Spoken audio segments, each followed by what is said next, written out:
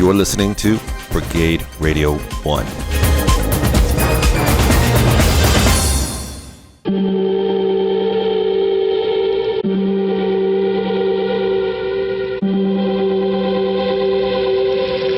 Welcome to the Antisocial Show.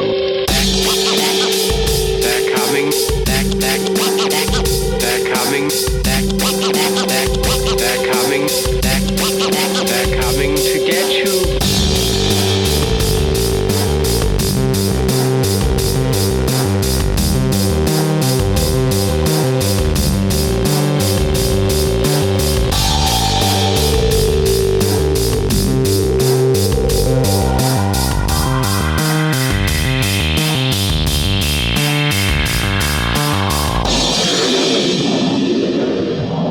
Your hosts, Block and Tyson Saner. Hello, everybody. Welcome to another episode of Antisocial Show. We are the 100. I am Block, and he's Tyson Saner. Hello, Tyson. Hey, so we're about 50 each then. That's right. If we are the 100. We are the 100. Yeah. Well, at some point, we're going to be joined by a third person, and then we'll be split into thirds. But not even thirds. 33.333 or something. I don't remember how it works, but it's 33 and a third. Oh, no, it's like 0.6. No, that's 2/3. It doesn't matter. It really doesn't matter. Somebody out there is like, it does, and they know exactly what the number is, but it ain't me at the moment. That's all right. It'll pop in your head as the night goes on. Hopefully nothing else will pop in my head. Well, I don't know. I don't think, would that necessarily be a bad thing if nothing popped in your head? Be a bad thing if nothing did. No, that'd be a good thing if nothing did. Why would that be a good thing if nothing popped in your head? Well, because if something popped in my head, it'd probably be like a blood vessel or something, and then I'd have like an aneurysm or whatever it is. So you're putting it into physical terms instead of more of like a fictitious terms. Essentially, I'm putting it in literal terms. Literal terms, that's it. Thank you. Yeah. Where where you're saying, oh yeah, I have to physically pop something in my head, like have a blood vessel pop or an aneurysm. Mm-hmm. One of those. You basically stroked out. Where I meant like something popping into your head, like a thought. Right. No, that would be fine if things will. For example, the need to make a literal figurative kind of joke that came to me. It was the instinct I went with. Perhaps not the best one, but it's all blood under the bridge now, so. I'll tell you what, though. It's definitely been, for anyone out there listening, it's definitely been like a hot minute before we did this. So essentially, we did a couple of live episodes. We did a couple of gaming episodes, which is pretty cool. We crossed the streams and had crossovers. The live episodes were fantastic. And we had some content to give you guys, but so it's literally been, a second. So, but it's funny how, it never changes because we're that damn good. That is funny. Right. Do you have a window or a door open where you are? I have a fan. You have a fan. That's what I'm hearing. Okay. Well, is it warm where you are? Oh, absolutely. Yeah, it was warm here too for some reason. We had a nice heat wave going on. Well, here's the problem. I love this room as a studio, right? It's definitely like, my seclusion habitat and, like where I go and escape the world and stuff like that. Mm-hmm. And keep in mind, all the other rooms in the house, have central heat, central AC. So right now, beyond this door, the house feels like a meat locker, right?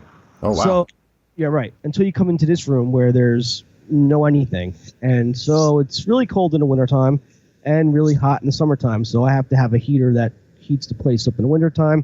And I usually have a couple fans going on in the summertime to basically cool the room off. But I'm actually thinking about getting one of those ductless air conditioners that you just mount on the wall. So, and plus, I do have windows. So I can theoretically put a window unit in here and get some AC that way. But I have all the windows blocked because I have my desk that's blocking too. And then I have these big, tall, gigantic bookcases that are blocking the rest. Cool. And I have blackout curtains beyond that. So I mean, like this way, no light can penetrate.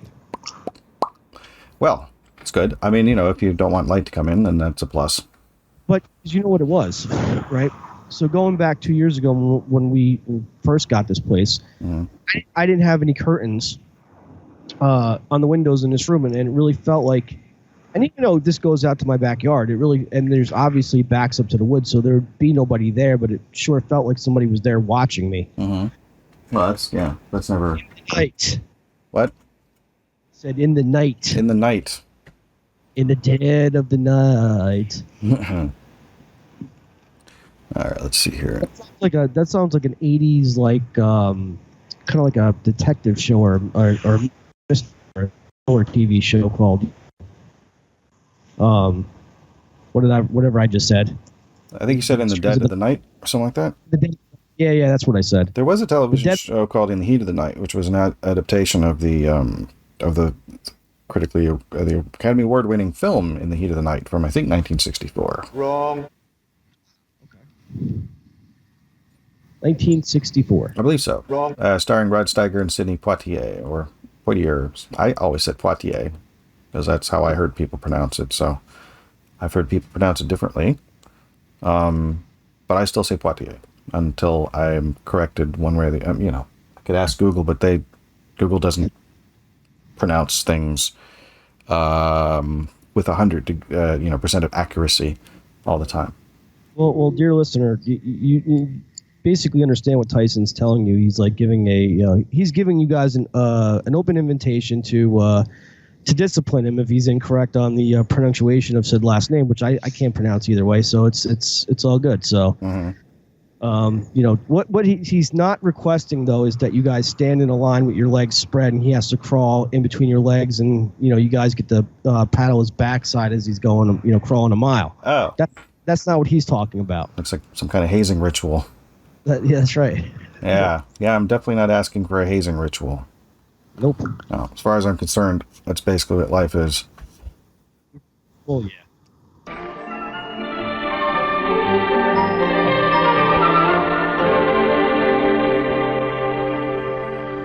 Hey, and we're all in the same area together, except I'm huge on the side there for some reason, but I don't know, maybe, I guess it doesn't matter what everybody's saying. So, welcome to the call, Theo.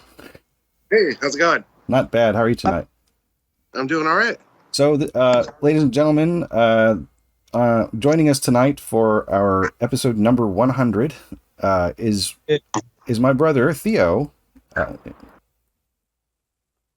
Welcome to the show, bro. Oh, thank you. I didn't realize it was your 100th episode. That's so exciting. Well, see, here's the thing. It is episode number 100, but we've actually had more than 100 episodes because we've had some half episodes, and we've had a two-parter, we've had a couple of 0.5s and like a 0.75. So our 100th episode was actually episode 92. Okay. So we actually called episode 9. All the episodes have titles, and so episode 92 was called the 100th episode. All right. With Andy Dick, because he was our guest at the time. So, or as I like to refer to it as the fake 100. That's exciting. I'm glad to be here. Thank you for being here. It's dark where you are. I know. I'm outside, and my lights just went out. Oh, that wasn't by design. Oh, okay. It's on a motion sensor. Your camera is following you. Oh, creepy. Yeah, I just got this iPad. Oh, is it not nice? Yeah. Yeah, they make nice. I was gonna say equipment, but that's not. They make good tech. Yeah, it's tech. Mm-hmm. Tech stuff. Tech. Yeah, I like sweet tech. Mm-hmm. Love and tech. Love and tech. I have a nervous tech. So. As somebody that loves Apple products, and believe me, I do. Mm-hmm. Their operating system, it's clean, it works for sure, but it's just too damn expensive. Yep. Okay. They are not cheap. They're not cheap. No, and very proprietary. Which I guess, hey, it's I guess that's how, they've been doing business that way for, quite a while. So. Yeah. They like to change the plugs every couple weeks, so you don't have the right plug. You have to go buy a new one, things like that. Mm-hmm. But it's a high quality. It's a high quality pain in the ass. Yeah. So Tell you what, the charger for the iPhone 4S was the best. And it So was that the 10 pin? yes. I still have a couple of those kicking around. see, I think I've got a USB Type C probably for my Android phone. That's what my guess is. That's what it looks like. Yeah, I heard they just passed a law in the Eurozone where everyone has to use one kind of charger. I think they settled on one of the micro USBs. So hopefully that will change worldwide soon. But maybe, yeah. I mean, there's. Look forward to that. Oh yeah. There's been sort of a trend. Sorry. No, that was. Okay, I might have heard some sound artifacting, or It might have been my dog. okay. But that's what's going to happen because Skype tends to block out like if more than one voice goes at a time. So if you catch me going like that, is me trying not to talk over somebody else. All right, that makes sense. Yeah, so you might see me doing that a lot. For the people who will be seeing this later, that's a face I'm making that indicates that my mouth has been closed. But those of you who are just listening to this can't see the silent gesture I was just making. Anyway, Is this also like a video thing? it will be. But I don't. There's no hurry because I've got like let's see, we're up to episode. I've managed to edit and post to YouTube up to I think episode. Episode 80. Episode 80. Which was our first episode with Jesse Camp. So, so if this is episode 100, then there's at least 20 episodes that have not gone up on YouTube yet, but will when I get around to being able to prepare them for YouTube and uploading them. Cool. Yeah. I'll tell you what, one of my favorite YouTube videos of us is with those gummy Smurfs that you were eating. Oh, yeah, I was trying out a product. I found some gummy Smurfs at Hensel's. Oh. Yeah, well, Hensel's has a candy division now. They got a whole candy store in Arcata down by the Feuerwerker, or where that used to be. Yeah, Hensel's Hardware. Yeah, and so it's they've got a big candy wing basically, and they had some exotic or imported Haribo. So I got some Haribo Smurfs, and they were jujube tough. They were like. Oh. Yeah, they were. I didn't realize they weren't supposed to be until I went to a store in. I went to the Nawajamaya up in Bellevue when we visited last, and I got some more gummy Smurfs because I figured, why not? And they were nice and soft and chewy. So I'm thinking those must have been on the shelf for a bit. Yeah, I imagine. Yeah. They don't move a lot of gummy Smurfs at Hensel's Hardware in Arcata. I guess not. Yeah. But we did get a funny video out of it, and recently I put a clip of it on TikTok because I just thought, I'm cultivating a bit of a TikTok thing, trying to. Nice. You got some dances? Actually, I might be doing a dance, a bit of a dance soon. I'm either going to do something from RRR, or maybe there's a little dance break moment in a song called To Marie from a Bollywood film called Bang Bang. Okay. Have either of you seen or heard any talk or a mention of RRR yet? No. Yeah. Okay. Hunter, anything? Nope. Can't hear you well through the thing. I said, no, I got nothing. There you are. Okay. So, so RRR is a Tollywood movie that came out at the end of March this year, and it is a huge success. And I've seen stuff in it, and it's just amazing. It's so fun, looking. I haven't seen the whole movie, but I do like, I do like spectacle, and I like, good music. And there's a video for a song called Natu Natu that actually a clip of it came out a couple of years before the film did, because production was slowed down because of COVID and whatnot, as it happens. And that clip went viral to the point where by the time the film actually debuted, people were able to get up and do the dance just for those 10 seconds in the theater.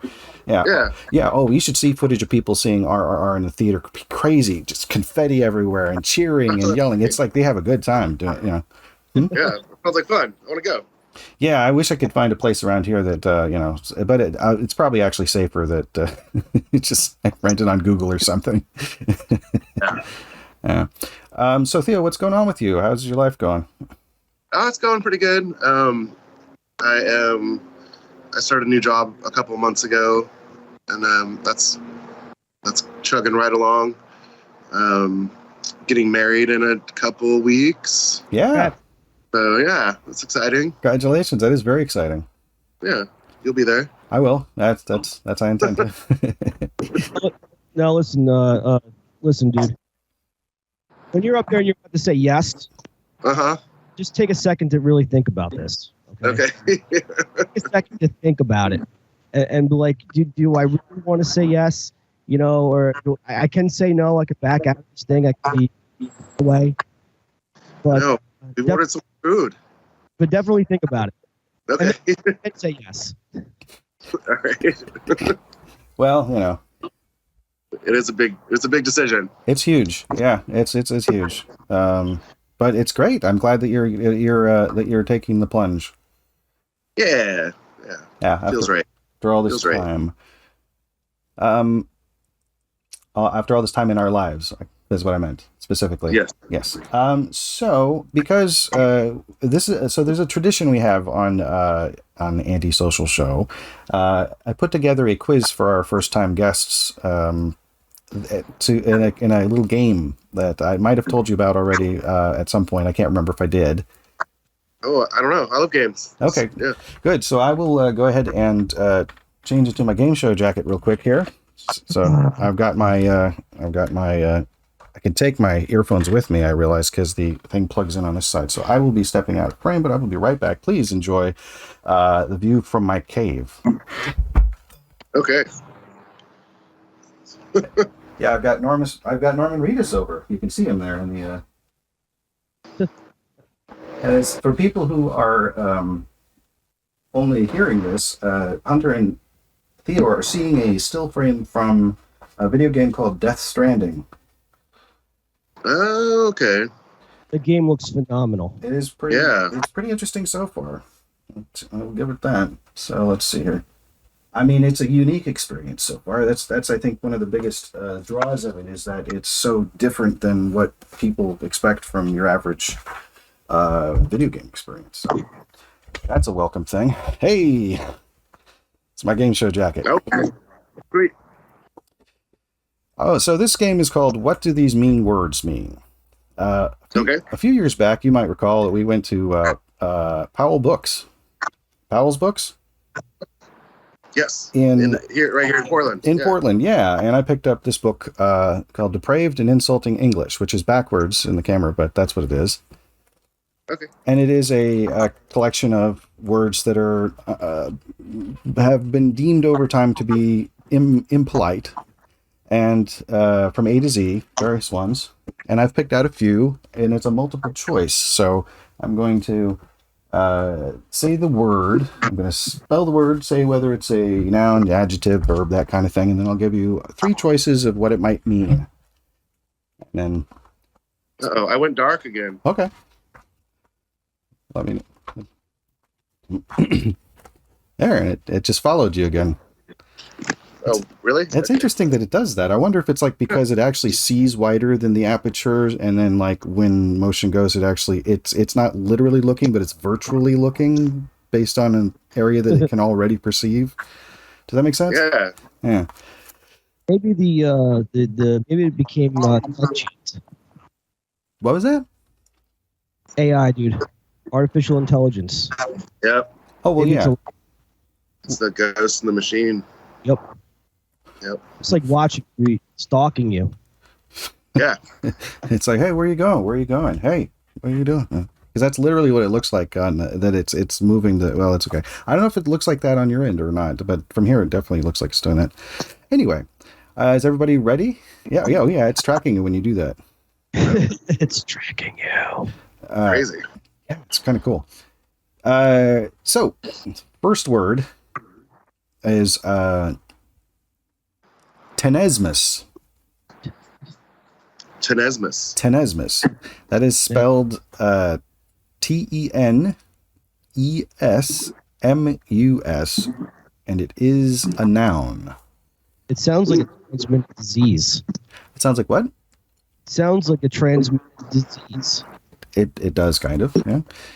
Yes. So here are a few choices of what tenesmus might mean. And by a few, I mean literally three. So, is tenesmus painful, spasmodic attempts to urinate or defecate by involuntarily straining?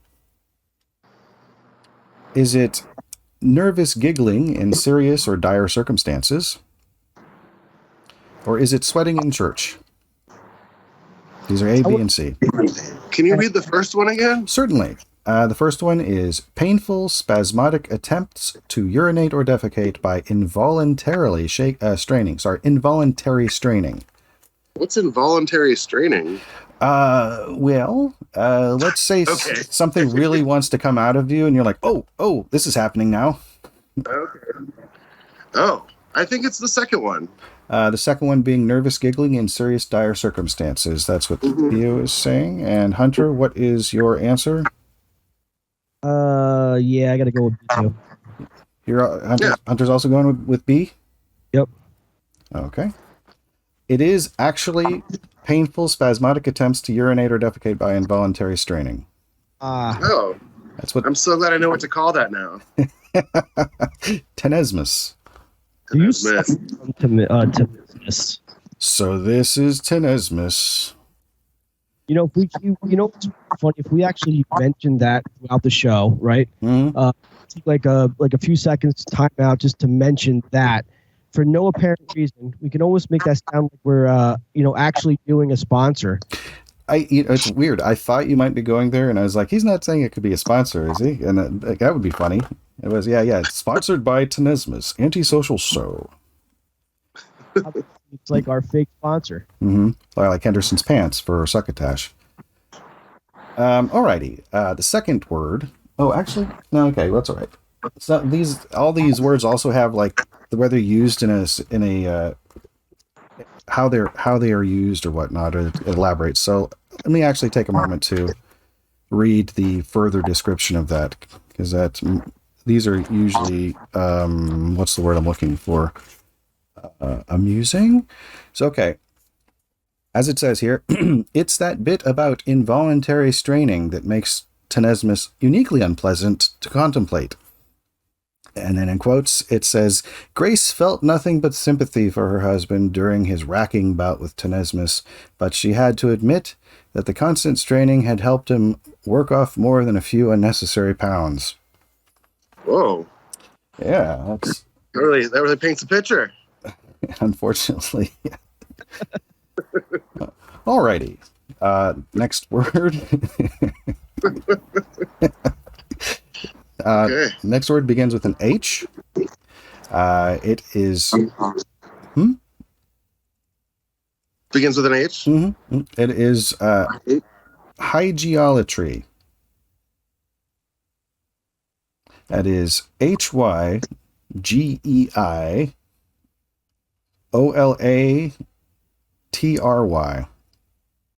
Hygieolatry, and is a noun. Okay, hygieolatry. So, is hygieolatry A? Oh,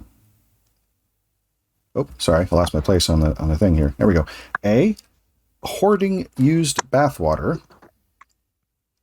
Is it B, health fanaticism?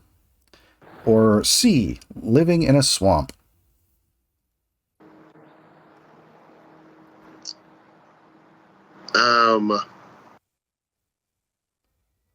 I'm going to go with B again. I want to stick with B. Just B is all down the road. Let's see. B, okay. And Hunter, would you care to make a guess or to hear the options again? Nope. I was going with B. You're also going with B? Yeah. Okay.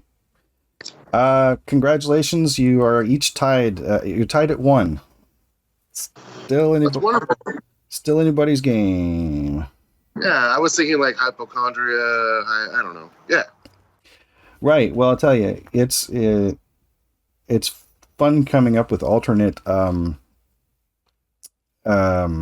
meanings for these, but it can be challenging because sometimes a word just sort of sounds like what it means. Uh-huh. A little bit too much. Like, yeah. Sorry again? Like tenesmus. Like tenesmus. Yeah, I mean, that definitely sounds like what it means. Yeah. Like an onomatopoeia almost. Yeah. It's an onomatopoeia. I am Ooh. so sorry. I am so sorry. That did. Yeah, it was right there, and it's unfortunate. Okay, let's see. Hygieolatry. There's so many good words in here, I'll tell you. It was hard to pick them. All right, let's see here. Are there prizes in this game? Love and admiration. Okay. Also, there might be a tiebreaker, but I was thinking of doing a special. Well, we'll get to that maybe if it comes into play. Okay, hygieolatry. So this word is more useful today than ever. For even as the population as a whole grows more obese and sickly, a lunatic fringe errs in the other direction. These odd and pathetic creatures are easily identified not by their aversion to steak, cheese, and all the other things that generally make life worth living, but by their hysterical opposition to anyone who seems to be enjoying himself. And then in quotes, it says the frequent ice-cold plunge baths, the rolfings, the all-squid diet, it was all part and parcel of Marlin's hygieolatry, as were the sunken cheeks, the greenish complexion, and the disagreeable body odor. Ooh. All right. That sounds pleasant. Yes, quite unpleasant. Sounds like you're describing a citizen of a dystopian society. A dystopian what? A dystopian society. Society, yeah. That's kind Right. Alrighty, so it's anybody's game still. Score is tied at 1. Next word begins with the letter E. The word is excerebros. That is excerebros. It is spelled EXCEREBROSE.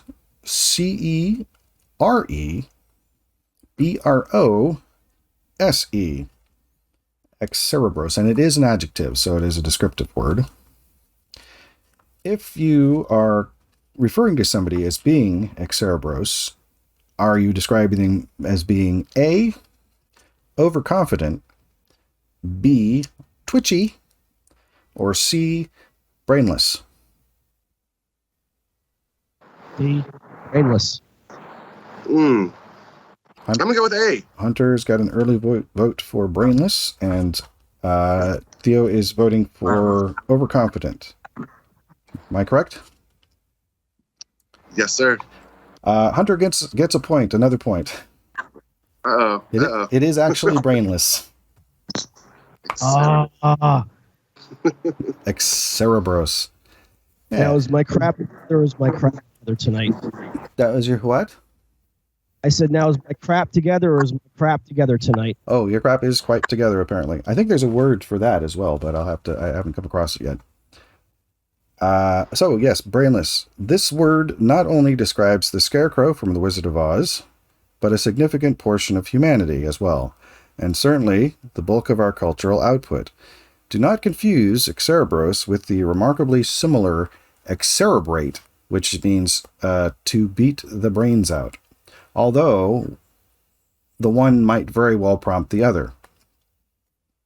And then in quotes, it says, as a producer, Ruttman skyrocketed to moguldom behind a series of lowbrow comedies starring a lovable chimpanzee, each film being more excerebros than the last.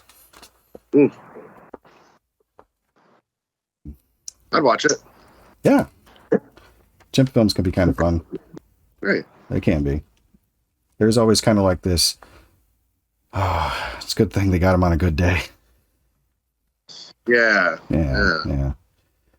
So let's see. The fourth word, second to last, it begins with an O. The word is Oikiomiasmata. Orchiomiasmata. Oikiomiasmata. That is spelled. Are we summoning a demon right now? What's that?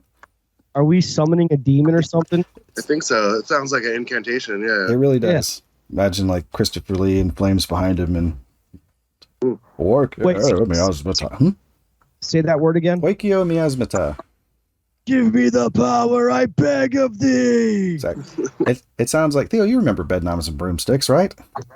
Oh yeah. Oh yeah. Yeah. Classic. It's like the suits of armor should be coming to life like in a moment if I say that too many times. But that song, Oikiomiasmata, it's almost, yeah, anyways. All right, it is a noun. It is spelled OikiomIasmata. So, does oikiomiasmata refer to improperly prepared tea, B, unhealthy domestic gases wafting pollution in a household? That's all one. That's all one potential answer. Okay. And wait, the tea, the ill-prepared tea is creating the gases. No, I'm sorry. So A is improperly prepared tea, and then B is a long one that says unhealthy domestic gases, semicolon, wafting pollution in a household. What is a domestic gas? I guess it's just if you walk into a house and there's a bad smell. Like a household, Yeah. like maybe it's got mildew, maybe it's something rotting, maybe there's like, Don't you hate when that happens? Yeah, I do. Yeah. No, like you know how like when you get invited to somebody's house and like they're nice people and everything like that, but their house is completely disgusting, and you can't say anything because they're nice people and you don't have feelings. Right. So you just sit there and disgust. Yeah, just saying. Right. Makes your skin crawl. Yes, it does. It can. Or is it C, leaving oily deposits on furniture and other surfaces? B. What is that? You're going with B, Hunter? Yep. Okay, I'll write you down for B. And Theo? I'm gonna go with C. I'm going to go C, which is leaving oily deposits on furniture and other surfaces. Hunter gets the point. Yes. It is actually unhealthy domestic gases or wafting pollution in a household. It was actually kind of difficult for me to pronounce this when I was writing it down too, but I isolated the word miasma and then constructed the other stuff around it to hear it in my head, and it worked. A few days ago when I was working on this, I'm like oikiomiasmata, and then I can say it now. But then give me a week and I'll be like That's a noun? It is a noun. So it is the actual odor itself, or the like a miasma, which I guess is kind of like a cloudy sort of gaseous or vaporous sort of occurrence. Yeah, I encounter that a lot in my new job. I've been inspecting apartments, and yes, it's crazy how people live. There's gross people out there. I don't know how you do it, man. This one lady had like a rotisserie chicken, like on the floor, and her cats were just like feeding on it, and it had been there. It looked old, And then I was like, then I get to like the bedrooms, and like there's cat vomit, like that hasn't been cleaned up on the floor, and I said, why is there cat vomit on the floor? She's like, sometimes my cat gets sick. Oh, so gross. So gross. Just like a crusty rotisserie chicken, like a whirlybird from like Safeway. Oh yeah.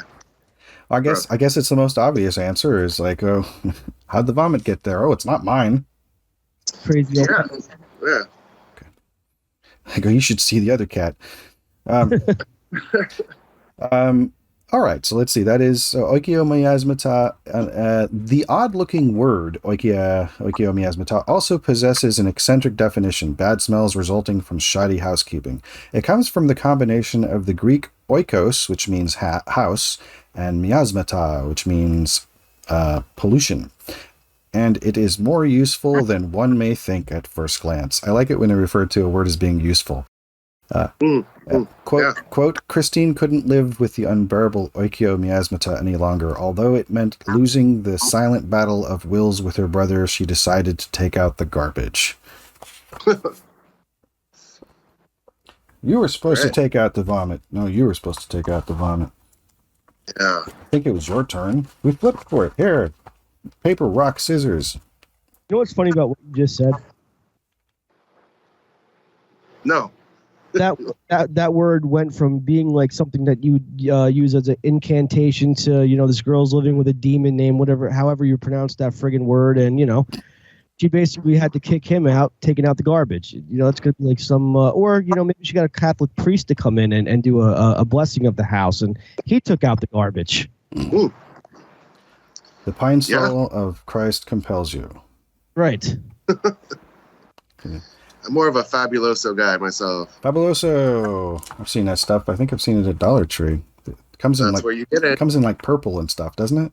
Sure does. Yeah, that's what I thought. It's a great name. It smells like flowers and cheap cologne. Ooh, well that could be preferable to other things. Is it an all-purpose? Is it mostly for kitchens? Is it for toilets? Like, what is it? I haven't looked closely at the bottles in there. All purpose. All purpose. Nice. Mm-hmm. Yeah. You brush your teeth with it. Well, I mean, really? I mean, well, probably not recommended, but I mean, you could have baking soda, and that's kind of an all-purpose sort of, Yeah, it is. Yeah. But yeah, I guess maybe probably not fabuloso. Fabuloso. Yeah. Muy fabuloso. So there's a very good possibility that Tyson, that our audience in Columbus, Ohio, might actually be college kids. So listen to me, guys, if you're out there listening.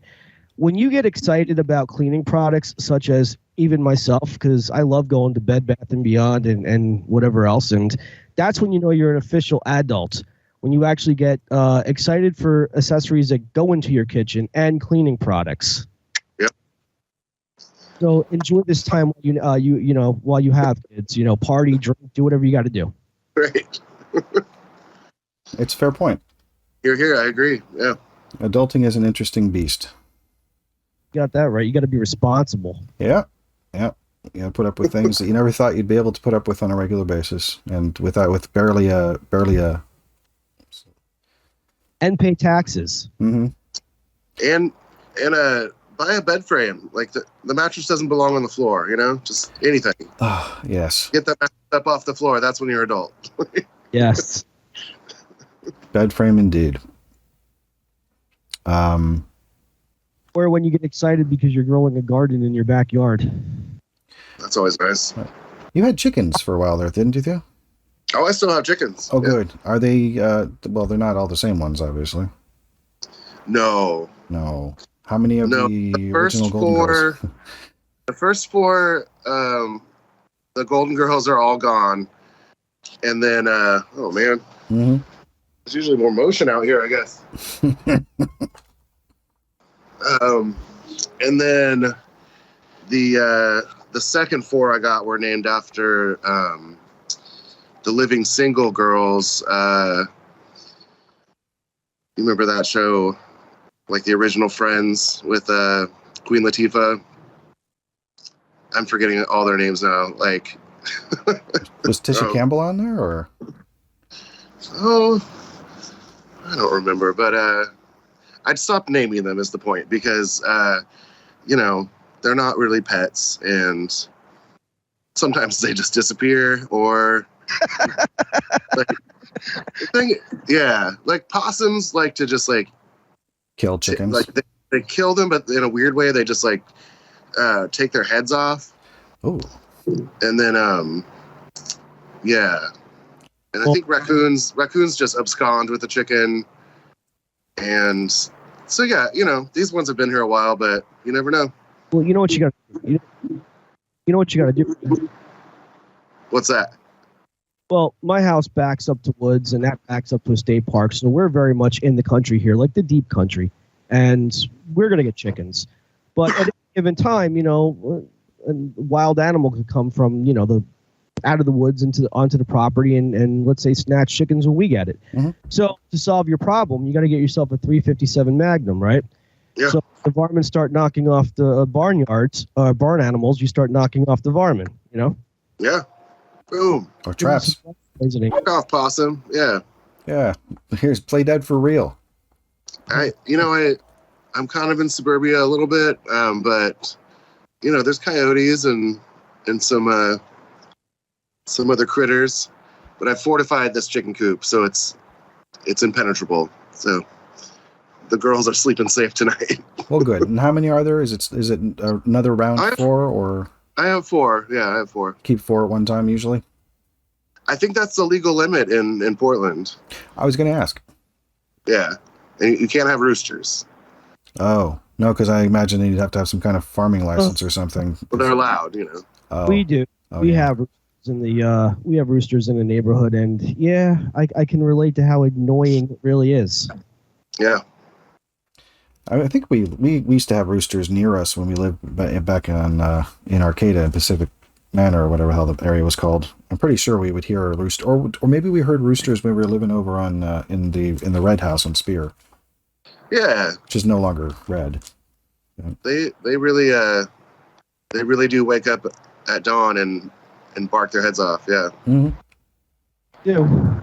Well, I guess it's helpful to have one if you want to get up. Yeah. Yeah. They're super useful. Roosters. I can tell you the rooster that's by my house, I just want to go and take its head off because it's annoying. Every morning you can hear it loud and clear. Yep. What are we doing? We're playing a game, right? We got one more left. The quiz. Okay. That's okay. Actually, part of the purpose of the quiz is to inspire conversation. So that's actually it's part of it. So the final word starts with an S. And the word is snollygoster. You snollygoster! That's what it's Get off my lawn! It is spelled SNOLLYGOSTER, exactly how it sounds, snollygoster. Yep. And it is a noun. You GD snollygoster. So is a snollygoster a person who employs useless eyewear to give the appearance of intelligence? Are they B, a person who endeavors to frighten children by making scary faces at them? Or C, an unprincipled person, especially a politician? C. C. Hunter says C. I'm going with B. Going with B, a person who likes to scare children by making faces at them? That's funny. Does kind of sound like it, doesn't it? Snollygoster. Well, that gives Hunter an even 3 points. Hunter 3-1. It is in fact an unprincipled person, especially a politician. Well, so Hunter has won this round of congratulations, Hunter. What do these mean words mean? So just to read your world heavyweight defending reigning champion of this game, Hunter. Well played, everybody. So just to recap, the first word was it's T for tenesmus, H for hygieolatry, E for excerebros, O for oikiomiasmata, and S for snollygoster. THEOS. Oh, that's me. That is you. And that's basically the reaction everybody has once they realize that. They go, hey. Hey. So that's the custom quiz that we make for our first-time guests, starting with, I'm not sure when exactly that started. It definitely wasn't with the people who would sit in, because I hadn't really thought of it then. But anyway, so that's our game that we do. That was lovely. Thank you. This is my jacket.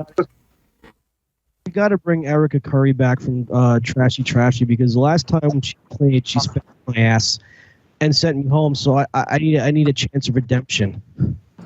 Well, absolutely. I mean, if Erica would like to come back on the show, that'd be fantastic. We'd love to have her. And Erica or Cassandra or really anybody who's been on the show, including Di or Claire or Davian or you. I think you might be able to get Jesse back. Every time we have Jesse on the show, it's a good time. Cheers. Oh, it disappeared. Cheers. What is this? There it is. Oh. This is actually Jim Beam Red Stag. Oh. Managed to find some. Is that rare? You know, I don't think it's that rare. It's just that we used to have it, like we went through a period of buying it, you know, if a bottle got low, we'd make sure that we had a bottle. It's black cherry bourbon. So yeah, it's a little like cough syrup, but it's yeah, that sounds horrible. You know what's funny about this whole thing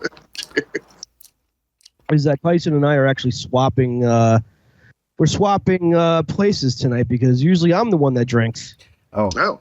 Swapping vices? Yeah, swapping. You know, not drinking anything. Drink all that. Okay. I'm drinking Pepsi tonight. That's not much here. Yeah. This is like maybe a shot and a half. Oh, okay. Yeah. So the screen adds like 6 ounces to a shot. You know. See now it looks huge. Whoa. And my head doesn't. Oh, that's fun. Looks very narrow. Yeah. So narrower than normal. Sorry. My vices of tonight is Diet Pepsi, and of course my Logic that I was forced to buy when they ripped Juul off the shelves. And apparently they ripped it off the shelves because apparently they feel that it's influencing children to vape. Yeah. Oh. The cigarette companies were saying Juuls will not replace us. Well, Good one. Which is stupid because I get carded when I buy pods for Juul. Really? Yeah, they can't, if you go to Wawa, you can't. They can't sell it to you or even ring it up until they scan your license first. Yeah. My friend was saying that they're price gouging. Like they've gone up like I don't know, like 30% in price. Pack of cigarettes is actually cheaper than a 2 pod pack of Juul. Oh, man. And the pods are like really, really tiny, so they don't even last. So now you're paying like $10 for just 2 of these little tiny things that don't even last a day. Wow. But there's other brands, right? It's not all of them. It's just the Juuls, right? Right. This is a Logic is what I got. Oh, I see. Okay. I had what did I use to quit? It was Blue, BLU. Mm-hmm. Oh yeah. Those were pretty good. Yeah. I haven't had a cigarette since 2014. Congratulations. Thank you. So that's 8 years now. Yeah, see, he's got one of those like display cases, and he's pulling a Danny DeVito from War of the Roses. He's got that last cigarette he's got in that display case, and he's saving it for like, you know, when his kid starts to drive, and he's got to be in the passenger seat so he can light that cigarette up. That's funny. Yeah, God, I remember War of the Roses. I haven't seen it in a while, but I think I'd like it more now as an adult than I did. But it is actually pretty funny. I think I would better understand it like watching it now. Actually, I don't know. It might be depressing if I watch it now. It's hard to say. It's really hard to say. It's a dark comedy. Yeah, I do like Danny DeVito's movies. Sorry, Hunter? It was depressing if you think about it, because here you had these 2 people living in this big fancy house, like life is great, but yet they want to kill each other. And then, you know, here comes, what was his name? Who's the actor? Michael Douglas? Yes, Michael Douglas. He comes into Danny DeVito's office with the map of his house. He's like, the red areas are mine. The blue areas are hers. Yellow is neutral. It's been so long. And they had like 2 kids, and one of them was Sean Astin, I think. But I don't remember. Oh, really? I don't remember who the other kid was. Guys, the Goonies. Yeah. Oh, by the way, sorry. That's why Oregon is the. What is the what? Who is? That's why Oregon. Oregon is the. That's where Goonies took place. Oh yeah, I've, in Astoria. I've been to Astoria. We actually camped there a couple of years back. Yeah. Couple? Oh, more than 5. Yeah, definitely. We went to see the tower. Anyway, there's the Goonies house has a little sign by it, so you can like kind of go up to it and be like, yeah. And Kindergarten Cop was also filmed in Astoria as well. what was it? Yes. They have an elementary school that's where it was. Cool. Another factoid about Astoria and 80s movies. Yeah, it's a nice looking place. I mean, there's like it's not just the house. They also have like there's like a library or a police museum or something that is what the jail was. Yeah. It's a whole. I took pictures of it at the time. Yes, Hunter. You know, speaking of Kindergarten Cop, right? You know the villain that was in the guy that played the bad guy in that movie. Yes. He was at Atlantic City yesterday at Classic Rewind. He's signing autographs. Is that another con? Yeah. You went to a con today, Hunter. We should probably talk about that a little bit because we do the current stuff on the show as well when we have our guests. So I went to Classic Rewind. They had Mighty Ducks reunion for the original 5.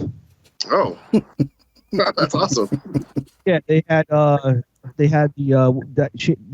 name is Heather, but why am I drawing a blank on her last name? Tyson, you remember who I'm talking about, right? From Heather. Scream. Oh, yeah, Heather Matarazzo was there. Yes, her. Felicia Rose from Sleepaway Camp.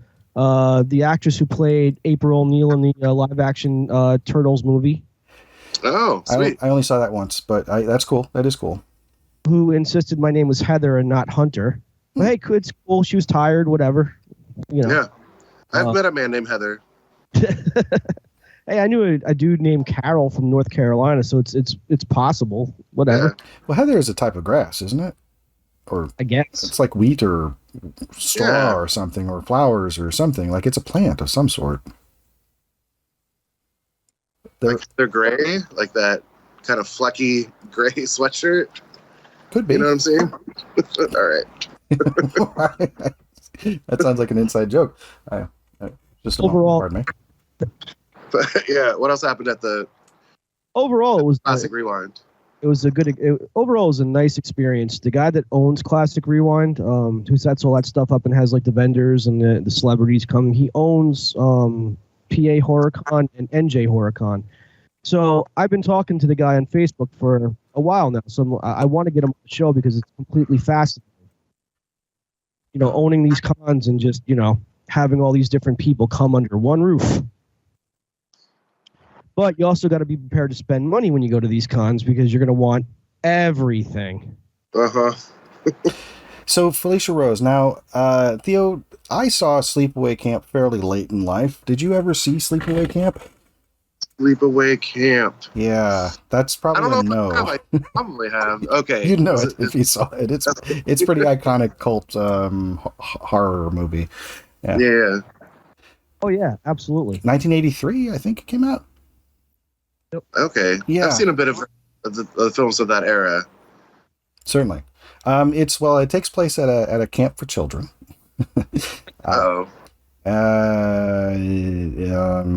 And there are murders, and who's doing it? With a twist ending, which I will not spoil here because if you do get a chance to see it, this movie is bonkers. There's some interesting acting in it. Some. I feel like you can spoil a movie from like 50 years ago. No. This one is if you don't know that this weird twist is coming, you're better off enjoying that it happens because it is so out there to be like, oh, well, good. I mean. Yeah. I am projecting, but like in my head, you're the future version of you is saying, "Thank you, Tyson, for not spoiling this moment for me." Oh, okay. It's yeah. I mean, somebody else might have already by now because it could be like, oh, that's the movie they were talking about when the yes, Hunter. So when I got Felicia Rose's autograph, that moment that you're talking about, Tyson, like I got a print of that, and she signed it. And I told her, I said, listen, I'm going to be very honest with you. And she's looking up at me from sitting down. And I'm like, that scene, like that moment in time, like excuse my French, but it scared the crap out of me. It haunted me for a real long time. And I couldn't deal with it. And she was really happy with that. I'm like, she's like, oh, I'm sorry, but she was happy at the same time. And I'm like, don't be sorry. That's fantastic, because now I appreciate it. I had to, work through a psychological trauma from it, but I came out smiling on the other end, and now it's like I've come to peace with that ending of that movie, and it's great. It's fantastic. Like I had to get, I had to come to peace with the crazy lady in the bathtub in room 237 in, the Overlook Hotel. In The Shining. So, Yeah. Yes, correct. Sure, Yeah, sure. I think we all had to work through that one. I mean, there is one movie that I will never work as far like this. I mean, don't get me wrong. I am a huge horror junkie. I love horror movies, but there are exceptions to every rule, of course. And trust me, I love gore. I love, splatter. More the better. The more iconic and outlandish the deaths are, that's even better. But there's this one movie that just scarred me, and The Human Centipede Part 2 will haunt me to my days. So you saw The Human Centipede, and then they made a sequel, and then you went and saw that, Yes. and the second one scarred you. Yeah, I never saw the third one, and I'm not going to watch the third one because. Oh, there's a third one. Yeah, but I guess there's three people in the right. Human Centipede. That creepy security guard, garage parking valet, whatever he was, just will haunt me for the rest of my days. in the second movie, I never saw the second movie. I saw parts of the first film, and I was like, okay, I get the point. And but I hear the second one is actually good in the sense of like, I mean, the idea is ridiculous. So like, I don't really get caught up in the. I can't really suspend my disbelief enough for me to go, oh God, what if this were real? So it's less disturbing. But I hear the second movie kind of like has a sort of a fresh spin on the first movie that makes it interesting. And then apparently the third one is just bonkers. In fact, I think the third one, either the third one or the second one, had to be filmed in black and white, because they couldn't release it if they didn't like being in color was too disturbing for people. Second. Was it the second one? So the second one was in black and white. That's how deeply disturbing this movie is, and believe it has nothing to do with the idea that people can get abducted and their mouths are sewn together or whatever else. Mm-hmm. Yeah. People's backsides. There's like a disdain, like a disgust factor about this movie, and what? Yeah, that's what does it for me. It's like. And it goes like it's intricate, it's not even like goofy, stupid, like disgustingness. It's very intricate, and it's very methodical and brilliant in every aspect. What is the second movie is? Yes. Oh, how disgusting it is. It's intricate. It's intricately disgusting, and that's taken to a brilliance on so many levels. But unfortunately, it's that disgustingness that just psychologically scarred me from ever watching this movie again. And so, I mean, it's definitely, you have to watch it at least one time in your life, kind of like Terror Train, and then never watch it again. No, I don't know. It's not for me. I don't want to yuck your yum, but that's not yucking my yum, man. You know who? That's so good. But yeah, they're making one for the holidays. The Human Centipede. Nice. Oh, you're not kidding. No, I mean, you probably are. While I was all week, I was thinking about this episode and what I could possibly bring up, and it's a really good point. Now that they're adding sharks to everything. You have like the Dracula shark or Dracula Jaws or whatever it is, or Santa Jaws, and sharks in space. Santa Jaws. Yes, Santa Jaws. It's in my Amazon queue. That actually exists. Yeah. Oh, really? Mm. That sounds like fun. Yeah. It's almost like Hollywood is drying up. Yeah. Where are all the ideas people? Right. I mean, at this point, Will Smith is gone. He'll never work again. Jim Carrey's retired. Johnny Depp, maybe not. Probably not. Amber Heard, forget about it. So you have all these like high-paid actors who are just now completely gone forever for life. Keanu Reeves, he's going to be gone in another few years. But now you have normal people providing content, whether it's YouTube, whether it's TikTok, whether it's doing podcasts. And a lot of them are making short films. So with that being said, maybe it is the age of the regular Joe Schmo providing content instead of paying millions of dollars to a person for make-believing for, an hour and some change. Yeah, that is the majority of what people consume is like these small bits of media, like little TikTok things, YouTube stuff. And then the Hollywood's like just rehashing old shit like Top Gun and I'm glad you brought that up because I was just about to say that. Jurassic Park, yeah. I mean, Tom Cruise has to be careful not to, keep going back to those roles like Top Gun. I know everyone got excited about it, but I heard it's good. Sylvester Stallone was 70 years old when he reprised his role as Rambo or Rock, for example. He Harrison Ford keeps reprising his role as Indiana Jones, and he's not hopping around and beating people up at age 80 years old. No. You know what I mean? It's not like Temple of Doom days when he roughed you up when he heard the main theme song. It's not like that anymore. So they phased Han Solo out of Star Wars altogether. He's done there. So is Tom Cruise going to be 80 years old still flying jets and stuff? I hope so. It's interesting. I wonder if they'll ever go real. I don't want to say it's not that it's dark and gritty, but like there's an ultra kind of like realistic take on certain things that have sort of became like the Christopher Nolan Batman movies. Were basically cop dramas with there's no superpowers. There's just there's criminals, there's crazy people, and some of them are both. And then there's a guy in good gear with good resources who is good at figuring stuff out and finding people and a little okay at kicking ass because he trained to be a ninja. But this isn't like he's not a metahuman. This is just a guy. This is just a guy, in a suit with some gadgets and things, and it's treated like very realistic, like by comparison. Yes, you keep talking, and it's fuzzing out the microphone. So if you want to say something, I'll. That's the Batman, buddy. All right. No, I love those movies, but my point is that Indiana Jones movies like that come from a place of the Republic serial where things are larger than life. So if something happens in it that's ridiculous, it's part of the genre. And I think people forgot about that somewhere between the third one and the fourth one. They forgot that there's this, it's not reality. There's this heightened kind of just below cartoonish to it. That's supposed to be that way. Yeah. Yeah. Spectacular.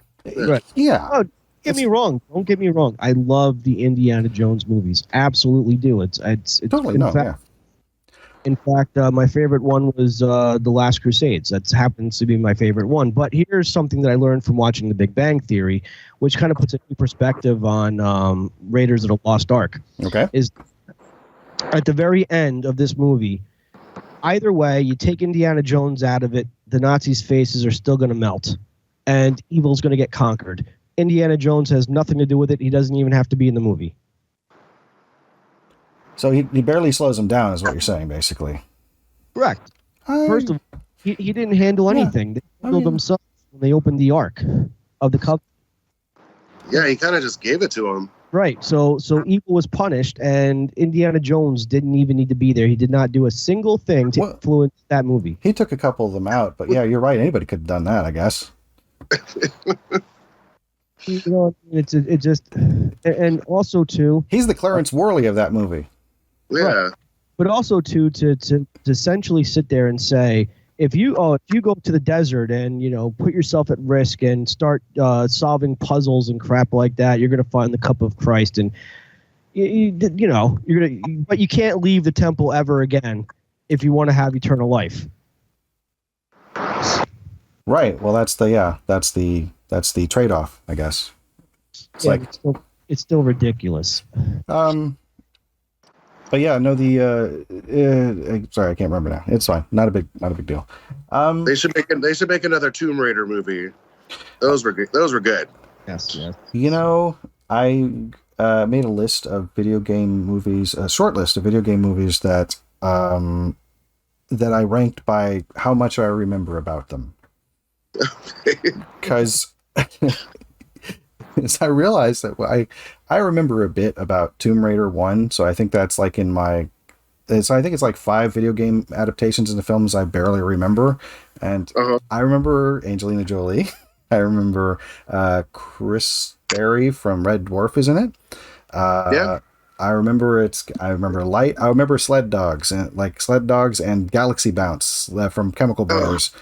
No, when she rides the sled dogs, but she's just wearing her boots, and the dogs are pulling her, and she's not even on like a sled. It's just her boot. That was pretty awesome. Fantastic. Yeah, it was great. And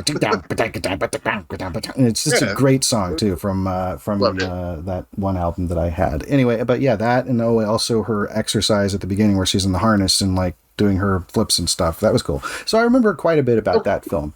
I remember almost nothing about the second one, and the only thing I remember from the newer one is that it has Vikander in it. Alicia Vikander? See, I don't even know her name. I know that there's a downed airplane in it. That's it. The only thing I know from it was what was in the teaser, which is airplane on a cliff, hanging over the edge, her in it, and then nothing in my head after that. So, and I saw this movie at least once, and I don't know. So I don't know what happened. But also on that list is like the Max Payne movie with Mark Wahlberg, and I know that Mark Wahlberg is in it. I know Ludacris is in it. Yeah. Oh, I haven't thought about that one in a while. Yes. That's great. Max Payne? Yeah. It wasn't bad, but I barely remember it. Great game. It's one of my favorites. I actually did a video on it recently, but I haven't published yet because I haven't edited it. But I remember they did the bullet time thing that's like in the game, at least for one scene. They probably did it for more than one, but I remember just the one. And that's the jumping backwards while firing a gun in slow motion, which is great in a video game when you get to experience that as the person controlling the action. But in a movie, it's every John Woo movie. So it's like people are going, hey, it's a thing from the game. And it's like, yeah, it is. But it's also from... Yeah, it's a different kind of thing. Anyway, so there's that. Hey, so I could bring back a game format just for a little lightning round that we haven't done in a while, just because it's our 100th episode, or excuse me, our episode 100, and it's a variation on Name That Tune. Okay. Oh, there's a 100 going. Oh no, not this. So the way this works is there's this great source of chords of popular music that has been compiled over at BettyLouMusic.com. And it's approximations of hundreds of popular songs. And the way this works is I play it and I whistle it, and you try and figure out what it is. If you want to use your own name as your buzzer, so I can call on you. So let's say I'm playing and you say your name, if you know what it is. Mary Had a Little Lamb. Well, you say your own name to buzz in. So you go, Theo. My name? Yeah, your own name. Like Theo. Your name is your buzzer. Hunter, you be a buzzer. Say my name, say my name. Yeah, say Hunter. Hunter. Okay, so once the song sounds familiar, I will be listening for one of you to say your own name to let me know that you would like to answer it. Then these are worth 2 points each. I feel like maybe I should write these down. Well, no, you guys keep track of your own scores. It'll be easier. It'll go so much faster. But so you get 1 point for knowing what the song is, and another point for naming any version of, it doesn't have to be the original person who wrote it or anything, but like any version that you're familiar with. So each is potentially worth 2 points. Ready? Ready. Okay. Hunter? Ready. Okay, let's see here. Now, let me know if you can hear it okay, too.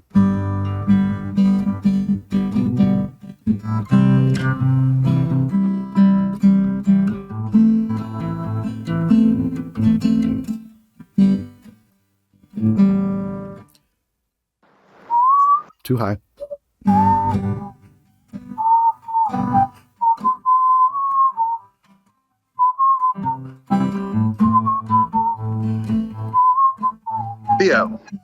Theo.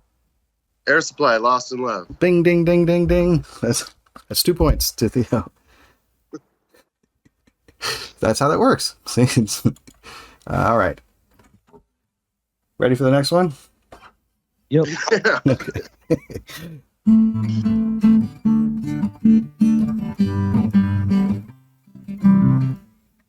Oh, sorry.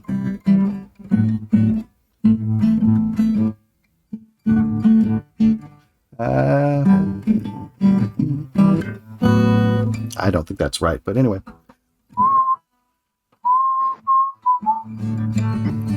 Theo, Yes,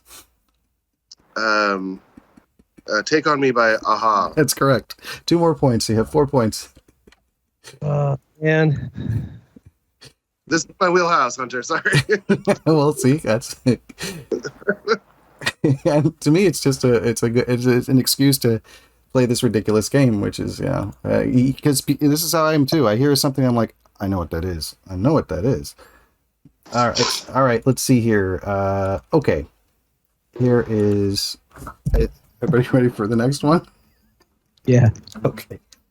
Let's see.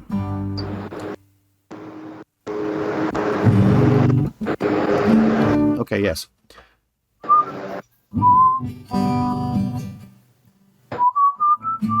Theo, Yes, Theo. it's ABBA, I Believe in Angels. It's very close. So that's 1 point for Theo, and he might be able to get the.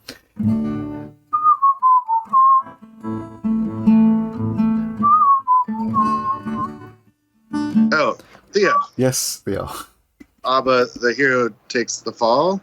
It's so close. It's very close. Is it an ABBA song? It is an ABBA song. You got the point for the ABBA song. Okay. But I have to tell you, I have to say what it is now. It's the winner. The winner takes it all. It's, The Winner Takes the Fall. yes, it's the winner takes it all. Okay, yeah. The loser standing small. Yeah, so that's a great song. I mean, So you have 5 right now. 5 points. Okay. All right, let's see if I can do this one here. Gonna have to move this strap here because it's in the way of my hand. Let's try that again.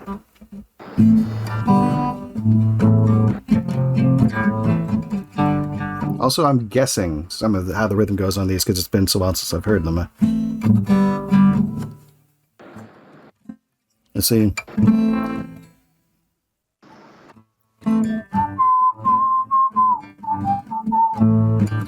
Theo, Yes. Billy Ocean, Caribbean Queen. Yes, it is. It is. Caribbean Queen. Now we're sharing the same dream, and our hearts they beat as.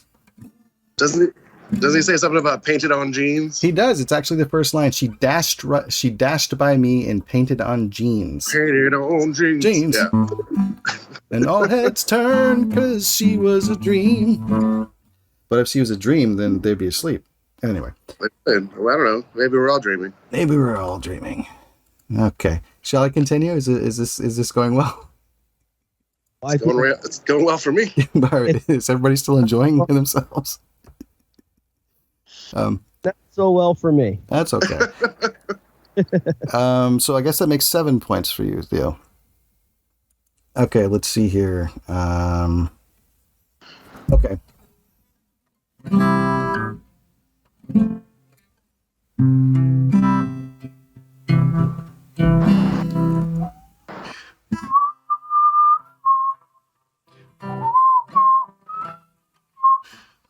Yeah.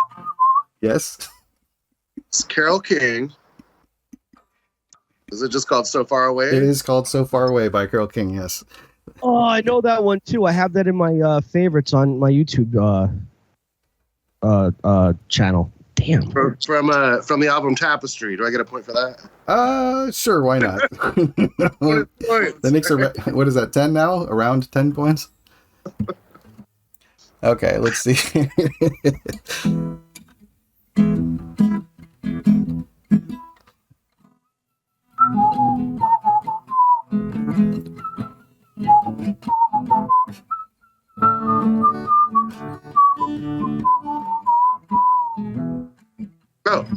Theo. Yes, Theo. It's Duran Duran. Mm-hmm. Is it Hungry Like the Wolf? It is Hungry Like the Wolf, yes, by Duran Duran. Ouch. Oh, I think I'm enjoying myself the most of all at this point. All right, should I go ahead, Hunter? See, Tyson's enjoying watching me get my backside spanked. Oh, it's really more I am just kind of enjoying playing this game again because it's been a while since we pulled this one out. Let's see. Okay. Yeah, here's one. I'd say about an even chance of both of you getting this one. And let's see if I can do this one.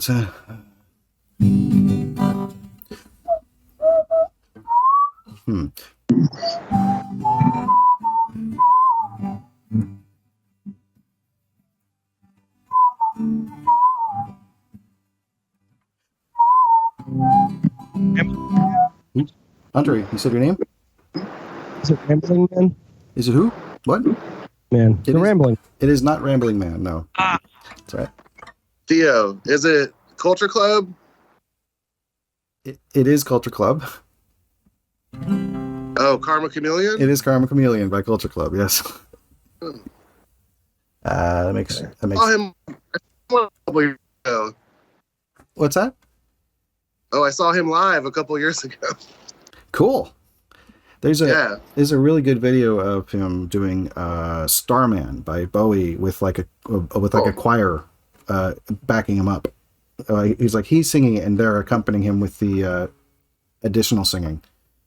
Yeah, I bet that's fantastic. It's pretty good. I'll send you the link if you want. Shall we continue, or is this I don't know if people enjoy this because we don't get a lot of feedback on our episodes, really, to be honest. Oh, really? You don't? No. After 6 years, do you think we should, or we would? You know what I mean? Maybe. Who's your main audience? We don't know. We don't know. We do not know. We got a lot of listens in Columbus, Ohio. We get a lot of listens in, I think, Sacramento. It's kind of, but that's mostly on SoundCloud, and I don't know. I don't have any demographics for iTunes or any of the other places that people can listen. So it's hard to say. Really hard to say. Oh, yeah. Well, if you're listening to this right now, you should send a tweet to the Antisocial Show. Mm-hmm. give these guys some feedback. That is Antisocial and the numeral 1, ANTISOCIALSHOW and the numeral 1. Oh, is there another one? That's the main Twitter for the show, but they can also reach me on Twitter at RevT23, that is REVT23, and Hunter is Zombie Bacterium, which is ZOMBIEBACTERIUM. Theo, you're on Twitter, are you not? Not really. I mean, okay. I don't really get it. Sorry. I'm following him on Facebook. I'm on Facebook sometimes. Occasionally on Instagram. Yeah. Yeah. Let's see here. Shall I do the next one or? Yeah. Let's do this. You're what? Yeah. So go for it. Okay.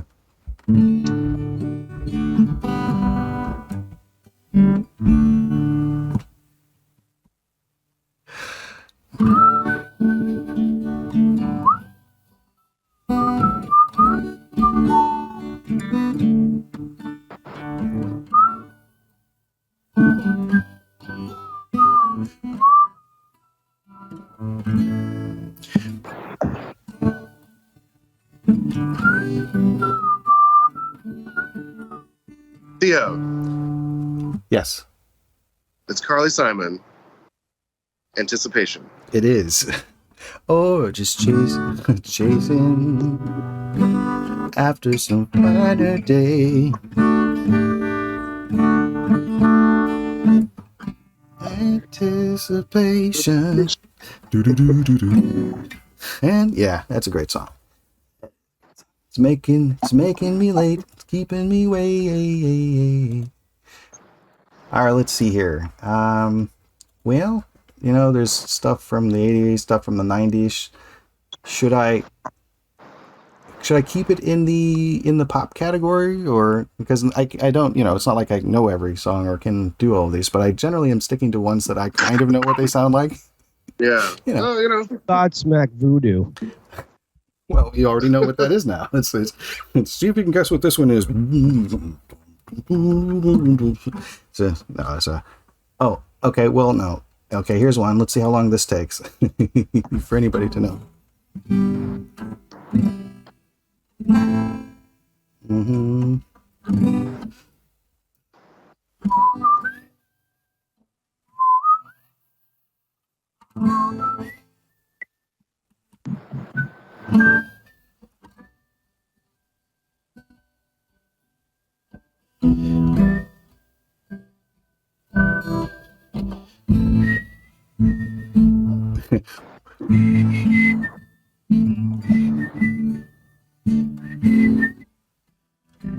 Theo, Yes, is that Barry Manilow? it is very Manilow.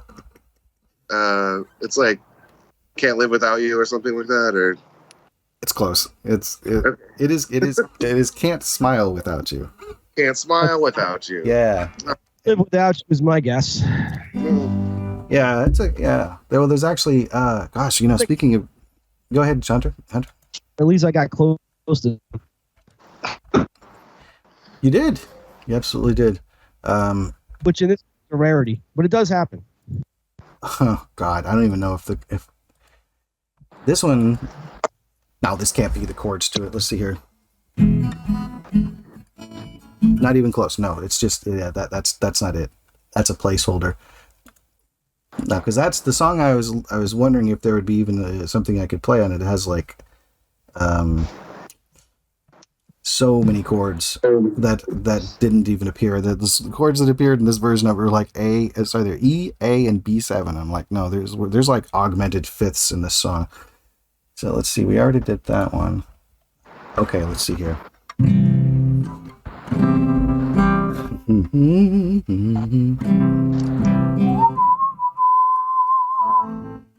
Oh, I can sing it. It's the name of the game song. Theo, Yes, it's a Crowded House song, right? it is. I know the lyrics. I just don't know the title. It's hey now, hey now. And the title is the next words right after Hey Now, Hey Now. Don't Dream It's Over. It's called Don't Dream It's Over. Yes, that's right.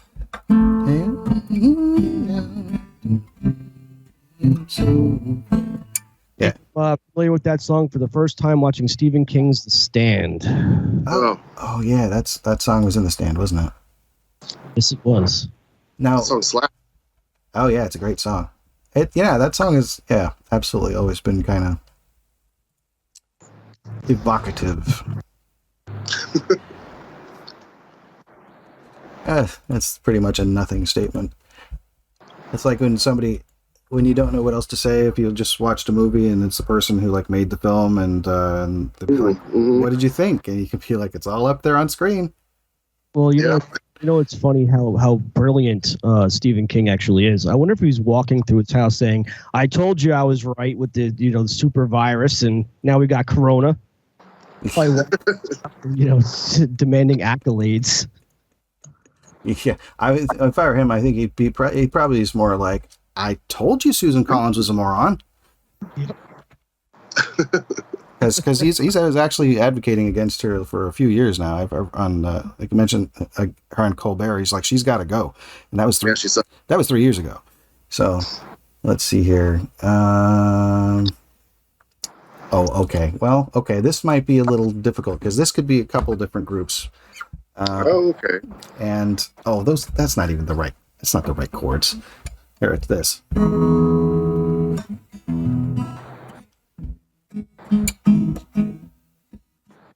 Did one of these come undone? Nope, that's it. That is it.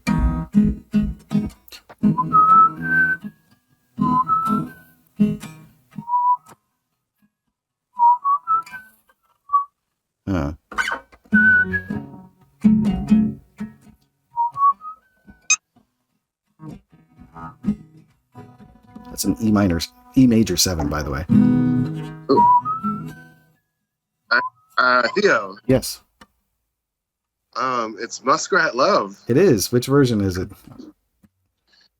Captain and Tennille? Yeah, it was actually Captain and Teal. Yeah, it is. Now, now the first version I actually heard of the song was I heard America's version first.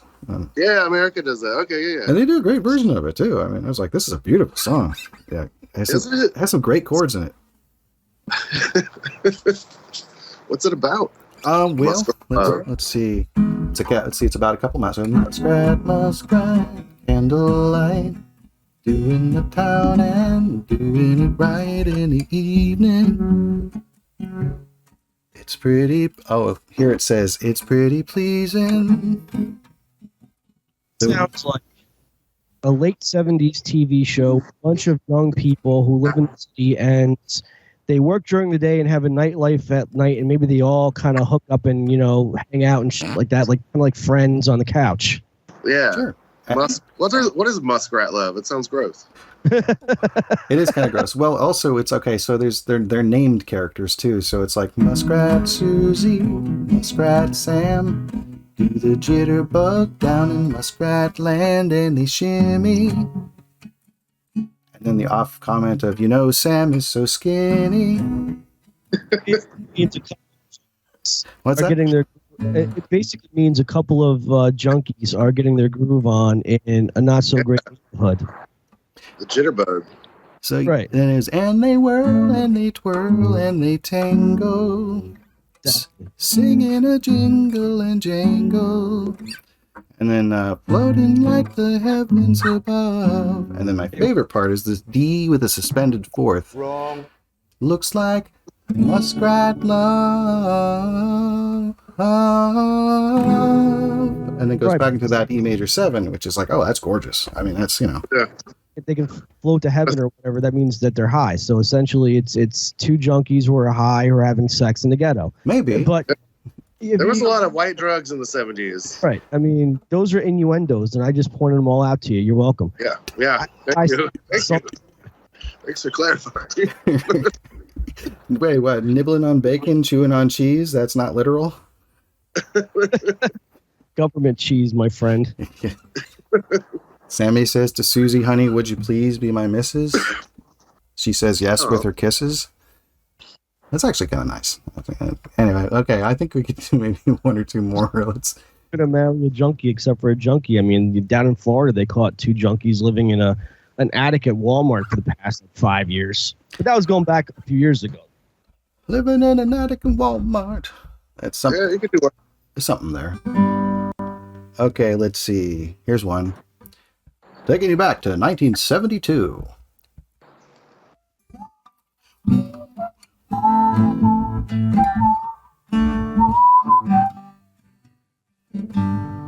Theo. Yes.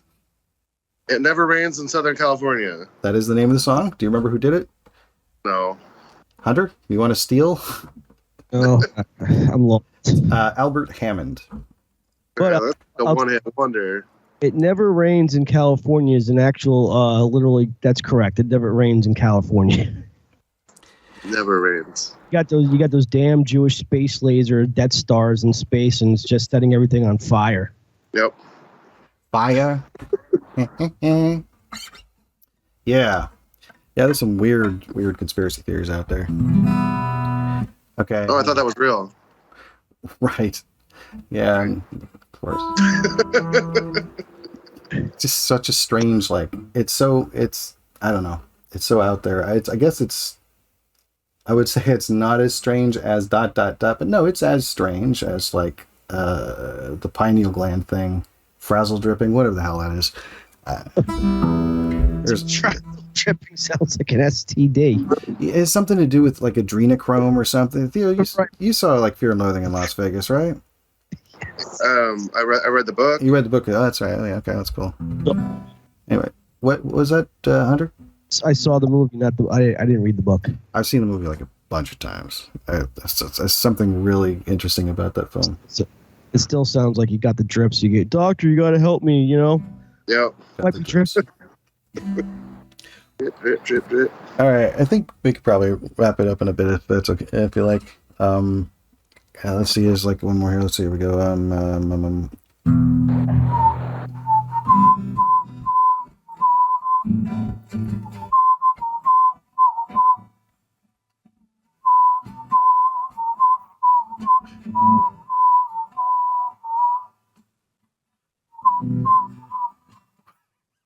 Sorry. Theo, Yes. it's America. This is America. Yes. Crime in my area. Yeah.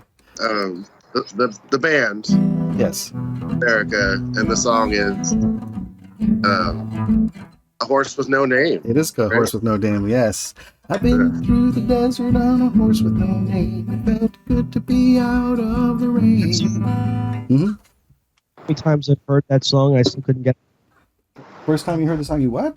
No, I said, you know how many times I've heard that song in my life and still didn't get it? Oh, I imagine countless. I don't know. I mean, it's Wait, what is there to get? Well, it goes to show that I have like no musical ear whatsoever. Oh, you didn't Unless- recognize it this way. Unless it's like songs that like I would listen to on a regular basis, like Godsmack, I could pick out, Disturbed, especially Down with the Sickness. Oh, sure. Yeah. I thought you were saying there's like something bigger to get about A Horse with No Name. No, I wasn't being philosophical. Okay. I thought you were like, I finally got the song. Like, Yeah, no, I don't think about horses wandering the desert without a name because that's just sad. Well, it's also, I mean, it's an interesting. So it's like the song. It's broken up into 3 acts over its verses, where it's on the first part of the journey, and he's actually literally talking about, on the first part of the journey, I was looking at all the life. There were plants and birds and rocks and things. right? There was sand and hills and rings. Okay. First thing I met was a fly with a buzz and the sky with no clouds. The heat was hot and the ground was dry, but the air was full of sound. Yeah, man. I've been to the desert on a horse with no name. It felt good to be out of the rain. In the desert, you can remember your name because there ain't no one for to give you no pain. La la la la la la la la la la. And then That song should really be dedicated to the gunslinger. The song is what? Say again? I said that song should be dedicated to the gunslinger. Oh, like Roland the Gunslinger? Sure, yeah. Now, Absolutely. my understanding is that the song is actually about heroin, I've heard, but Yeah, most songs are. it seems like Oh. a lot of them are. I got to tell you, when I was People 20, Sing about heroin. when I was 26, I stayed about a week in Beverly Hills. Flew from Jersey to Beverly Hills and stayed for a week, and I wanted to see the Hotel California, and I can't believe how much a dump that thing was in real life. I was kind of disappointed. Like, I kind of get the lyrics of that song. Like, I get it, but I didn't think the place was like a literal dump. Still cool to go to, though, but, it was not a place you wanted to stay in. What is it? Is it a hotel? Yeah, it's a seedy hotel. Oh, okay. But the Eagles, that's one of the Eagles songs. I wanted to go see it, firsthand, and it's like... Yeah.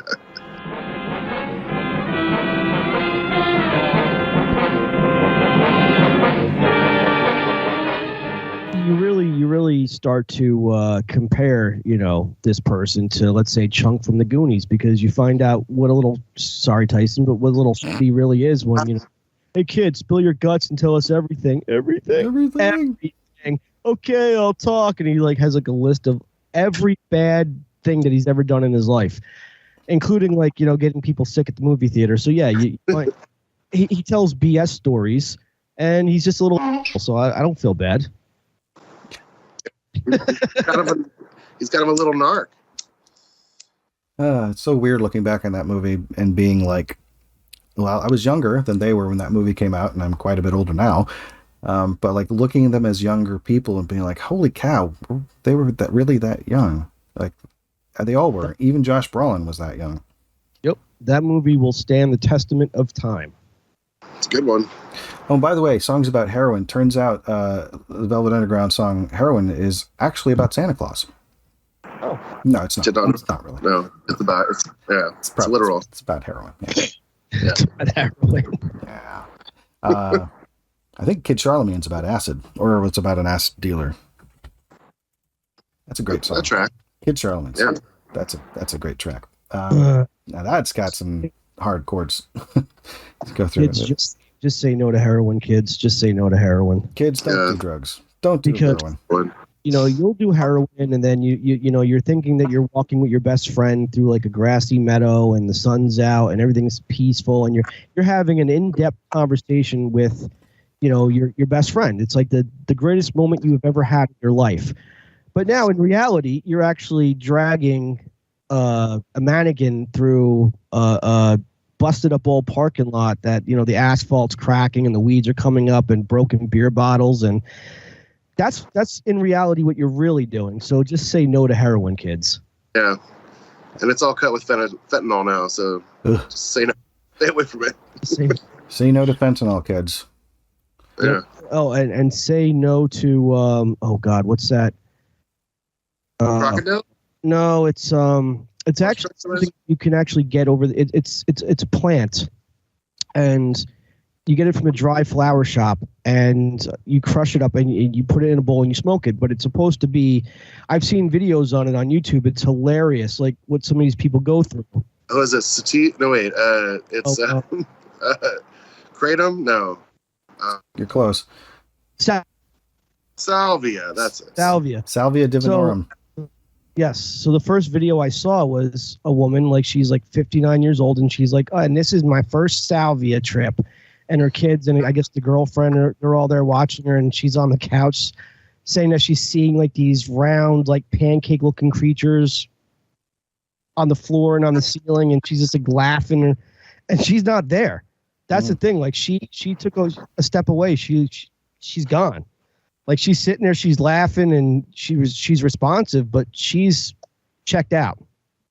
Does it only last like a short time? Yep. It's like less than a minute usually. You can just carry on with your day. I don't know. That's what I understand. People are, they definitely. I mean, there's a great, I don't know about great, but it was a video of Miley Cyrus doing salvia, and that was, I've only heard the audio of it, but the audio was entertaining. Yeah, she was she started rapping basically, kind of. She wrote most of her third album on salvia. Which one was the third one? Is that Bangers? Yes. The one with Can't Stop and Wrecking Ball. Mm-hmm. That's a good album. Yeah, it's got some great stuff on it.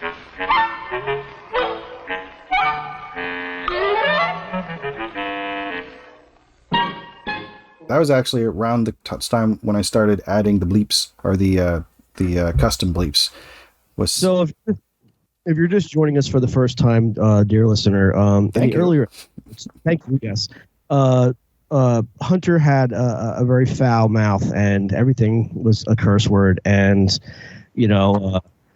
Tyson made Hunter realize that we don't know what the demographics of our audience is, and I shouldn't be saying the bad thing. I can kind of reference the bad thing, but not actually say the bad thing. So I've got, especially when it comes to the solo episodes that I do, because if I keep it short and tight and don't say anything as far as bad words are concerned, very little editing goes into it, and Tyson can just throw it right up. But so I've learned to get creative with curse words. Mostly an editing thing. It's an editing thing, and also trying to avoid that E on the explicit content on the store, because then we can reach a wider audience. But I mean, let's face it, people know what words are being said, even if they're bleeped out. Because I use custom sounds. So I mean, the sound for the F word doesn't sound like the sound for the S word. So it's very clear what's being said. So what's the point? But it's to avoid the E rating, or try to. When we do a normalized episode where it's just Tyson and I keep it very regimental. I behave myself for the most part. So, but for whatever reason, we have a guest that comes on the show, and I kind of get lax, and I start swearing every other word, and you can see Tyson's face. So I know he's getting to that point where it's come on, knock it off, because if there's a bunch of them, right. And it's this is going to take longer to edit. Yeah, exactly. Yeah, right. Whatever. But I've been good this episode for the most part. Yeah, you're doing a great job. Yeah. Now, Theo, I don't know if you listened to any other episodes, but one thing we do talk about on the show is the show, unfortunately. So it comes up. The show is talked about on the show more often than I used to think it was more often than other podcasts, but having listened to the variety and amount of podcasts I have over the last 12 years or whatever it's been since I started really listening to a bunch of them. It's about 50-50. There's a lot of people who will just cut that stuff right out because they're not having a conversational podcast. They've got some kind of format and it doesn't really fit the format. But conversational pods, they talk about, Whatever. A lot of behind the scenes stuff, you know? I would be. It is the scenes. It's the scenes. This is it. I would be open to talk about Prince's wardrobe, for example. I mean, Yeah. if we're talking about topics and you know, if we're trying to have like a conversational podcast, which I do see your point, because you know, if you listen to a lot of other people's podcasts, they do tend to talk about themselves quite a bit. So I can understand if a listener wants to get, you know, get outside the box and have, like I said, conversational, you know, type podcast. So here's the topic would be, of course, again, Prince and his weird outfits, and you know, all of a sudden, right, and then he's the artist formerly known as Prince. Well, I mean, what would happen if I came on the show one night and said, you know what, from now on, I'm your artist, but I am the artist formerly known as Hunter. It's a lot more words than Right. Hunter. I start referring to myself in the third person. Love it. I think we should do that. Right, or use the English we, like we're not amused, or you know, we worked hard today. I like this. This sounds fun. Hunter worked hard today. We are tired. Yes, make it Yoda. Tired we are. Tired we are. Oh, join the dark side, have you? Much to still have. Luminous beings are we. And beer leads to drunkenness, and drunkenness leads to beer goggles. And dueling Yodas. Ding ding ding ding ding ding ding ding. You shouldn't have mentioned that, because you know what's going to happen knowing our luck, since we don't exactly know like who's listening to this show, you know, for the most part anyway. The wide, broad, general audience. It's almost like the situation where Kevin Smith and Mose showed their movie in that movie theater in New York City, and it just so happened there was only one other person aside from themselves in that movie theater that day, but it happened to be the right person. So I kind of feel like now the right person is listening to this right now, and I guarantee, give it about a month or two, you know, Broadway is going to come up with its own, like, you know, musical, and it's going to be the Dueling Yodas. I'd watch it. Exactly. I'd pay Broadway money for that. I'm telling you. You know, I'd like to see. I don't know if it could be sustained for 90 minutes, but I'd really like to see OK Go try to do something that is a full 90 minutes of the innovation that they bring to their music videos. Mm. Are you familiar with their music videos, Theo? Oh yeah, absolutely. Such creativity, such planning. They're very cool. Very cool. All in one take, usually. I like, you know who really likes those actually is Jareth. Like, I bet. I've shown him them a few times, and sometimes he'll just want to watch them in a row. Like, so he'll be like, you know, that one. It'll be like, oh, getting versus needing. Okay, we can watch that one. And that's the one with the car, and it's rolling and the sticks are hitting the instruments in a big line, and Yeah. bum, bum, bum, bum, bum, bum. At least he's not bouncing up and down asking to watch the Kangaroo song or show, whatever the heck that was from that movie, Big Daddy with Adam Sandler. Kangaroo show. All right. Right. Okay. Yeah. I saw that movie once. I saw it in a theater. Not a real show. It's not a real show. But I'll tell you what, you know, this that whole time. even though like that particular movie took place in like the early 2000s, I mean, comedy like that you don't see anymore, because there's I hate to say it, I'm sorry to say this, but there's a whole generation of candy asses to get offended by that movie. You know, they'll say that, you know, yeah, because this is what they'll say. They'll say that Adam Sandler kidnapped this kid, you know, didn't bathe him until he was forced to, and now the trauma is that he's being dragged out of a courtroom crying and screaming that I can wipe my own ass. So I hear what you're saying. Like, if it weren't a comedy, it would be a drama. right. It sounds like I'm traumatized right now. Right. Yeah. That's what this generation would classify it as. And you see it for what it is. It's a comedy. It's about a guy who can do better but chooses not to because he's a slacker. And basically he thinks that if he takes on a child, you know, his girlfriend will think he's more mature and doing the right thing, when that's not what she said at all. Is that the premise of the movie? Kind of. He's also kind of independently wealthy, because he's got like good stocks or something that he can So draw Adam from. Adam Sandler, his father in that movie is a lawyer, like a top lawyer, and he went to law school, and he's a lawyer. But instead, he chooses to work for the toll booth. Not that there's anything wrong with that, because you do make good money working in the toll booth, but It's a union gig. he's a slacker to the highest degree. He has no 5-year plan. At first, he's like a hot mess at first, and he basically, his girlfriend's like, "Yo, we're done now, unless you can straighten up your act." Had Sandler even hit 40 by that point? I think he was probably in his mid-30s or something. Like, it's like, I'm just a guy. Yeah. It's like, and it was like a kind of a dramatic role for him too. He wasn't like, it wasn't like it was like, it's like regular guy movie, like Yeah. You know what? No, he's a good actor. Like he yeah. plays dramatic roles well. He's got charisma. Yes, Yeah. definitely a good actor as far as like drama and comedy is concerned. But I don't see him taking it to a dark. Excuse me. I don't see him taking it to a dark place like Jim Carrey did or Robin Williams. Well, like Punch Drunk Love was kind of not very funny. It was like kind of a drama. Still need to see that. I really need to see that. Uncut Gems was wild. I hear that's good. The Yeah. difference between what Jim Carrey and let's say what Robin Williams did as opposed to a drama is that, first of all, Robin Williams works at a 1-hour photo finishing, and he's like obsessed with this mother-son duo who's her husband happens to be like having an affair or something like that. So he wants to get with this woman in a big bad way. So he basically follows the husband and the mistress to a hotel, and he breaks in and he basically forces them to have sex. And with a knife, he's got a camera. He's like, "I caught you in the act. Now you're gonna do it." Yeah. And where Jim Carrey's concern is he's the nutbag that just wants to be your friend and can make your life a living hell if you don't reciprocate his friendship.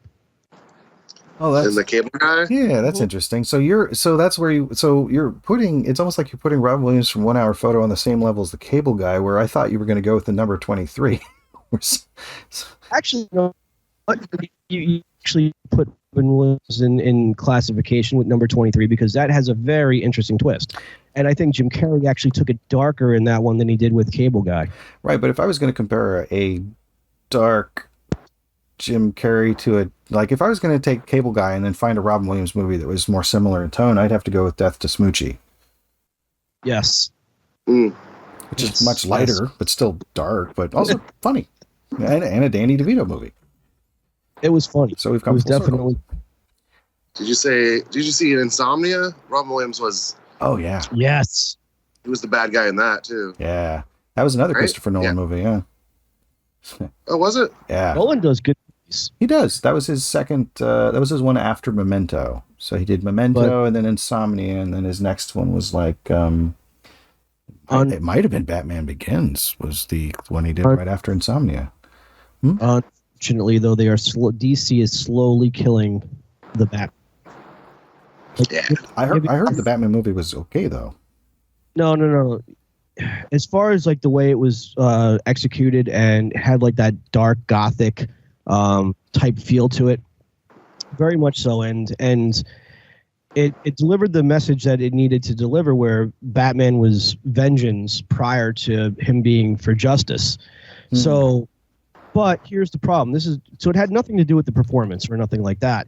Even though Batman appeared weaker both mentally and physically in this movie, as far as like, there was a scene where you saw genuine concern and being afraid on Batman's face, and you never see that ever. So, but I mean, those are just the few qualities of this movie, bad qualities of the movie. But why Batman is slowly dying is because they keep doing origin films. Oh. Interesting. Yeah, we don't need to see that again. No, we don't need to see an origin film, considering the fact that there's so much great content to be done with Batman. It's like, why do we need to see where he came from? We already did that. We did that with who's the director for Michael Keaton's Batman? Tim Burton. Tim Burton. We saw that with Tim Burton. We saw that with and skip over Val Kilmer, George Clooney. Well, he revisited in that one in the Schumacher one, the first Schumacher one. Right, but and of course skip over the second Michael Keaton Batman movie. We go straight to the Nolan verse, where boom, we have another origin story. Yeah, great, and then we see nothing. Ben Affleck did some cameos. Of course, he did Justice League and Batman versus Superman. But then we did nothing with him. We killed him, and now we have another solo. We have another origin Batman film. So basically, they're killing the Batman. It's too much origin. We don't need to see the pearl necklace being ripped off, and the outside the opera. Tink on the ground, the roses falling. Come on, too much of that. We get it. I want to see the Joker or Two-Face or the Riddler or obviously the League of Assassins. Then the other direction to go to, and I think this would be really cool, would be and they did it in cartoon form. It would be against the Court of Owls. Now that would be something to watch. That would be cool. I've heard of that. I think Russell talked about that with, if not on our show, he talked about it on a conversation I had on the phone. He mentioned Court of Owls. Somebody mentioned the Court of Owls. That came up before, I think, on this show. Gotham's elitists who cannot stand the Waynes because they're do-gooders. Yeah. And been since the inception of Gotham. So I would think, that would be something. Yeah. See, I'm more up on my MCU right now. Like, I just finished the Hawkeye series today. So now I can see the Spider-Man No Way Home. I can watch Moon Knight, and then I can watch Multiverse of Madness, and then I'll be pretty much caught up on my Marvel Cinematic Universe. But so far, all dynamite. Great stuff. Gotta put the work in. I like comic TV shows. Say again, Gunnar? I like TV shows based on comic books. Oh, yeah. Comic, The Flash was pretty good. Green Arrow was pretty good. Hawkeye was amazing. Oh, Arrow? Yeah, Arrow. I saw the first season of that. It was pretty good. The first season was good. I haven't seen beyond it. There's like 6 seasons now or something. And a crossover with The Flash, and then like Future him and Legends of Tomorrow, which just got canceled. Yeah, so they're going away. So I don't know. I just never got to. I never got to really like. I would continue these things, but there's just so much content to keep up with, I guess. So I think that's why I had to like pick a lane and be like, I'm going to get through the Marvel Cinematic Universe. I do like these stories. I'm going to make a point of seeing them. I think only. No, go ahead. No, that's pretty much it. Oh, no, I think the only TV series that's good right now that's non-comic is Stranger Things, or is that a comic? Oh no, it's not. So yeah, I don't believe it is. Yeah, I've seen the first 2 seasons. They were good. It's phenomenal. This season right now is great. It's fantastic. It's on season. It is very good. 4 right now. Season 4 now. Yes, yeah. Yes, it's 4. Well, it's fantastic. Is it good? So it is good. Season 4 is still good. Yep. Yeah. Good to hear. I'm looking forward to the next John Wick movie. See, now, you know what? I love Keanu Reeves, and I absolutely loved the Matrix movies, but the last one, I wasn't buying it. Haven't seen it yet. Yeah, no. I wasn't feeling... I mean, I watched it just for the sake of watching it, but it's not something that I enjoyed. He's got longevity, though, as an actor, though, because he's got such a great reputation. Well, not only that, but he keeps to himself and doesn't get into trouble like everybody else does. Like Lindsay Lohan. Like Lindsay Lohan. Or Lohan. No. Lindsay Lohan being the opposite of Keanu Reeves. Correct. Okay. In so many ways. Interesting. What I was going to say is that Theo here, he's got the muscle shirt on, he's got the shorts, and it's really hot here. All the stuff that I don't wear in public because I can't pull that off. So, not at all. It's you don't want to see me in that stuff. It's scary. I didn't really think about it being a video. I was just like, I'm just going to wear dress downs because it's really hot. That's how much weight I gained. It's pathetic. I definitely gained weight back after having lost a significant portion of it. So I lost 60 pounds, I think. Was it something like that? I gained. Yeah, you were real lost a lot of weight. I did lose a lot of weight. Yeah. I went from actually, I think it was close to 40. It was like 40 pounds, something like that. I went from an extra large to a 2X.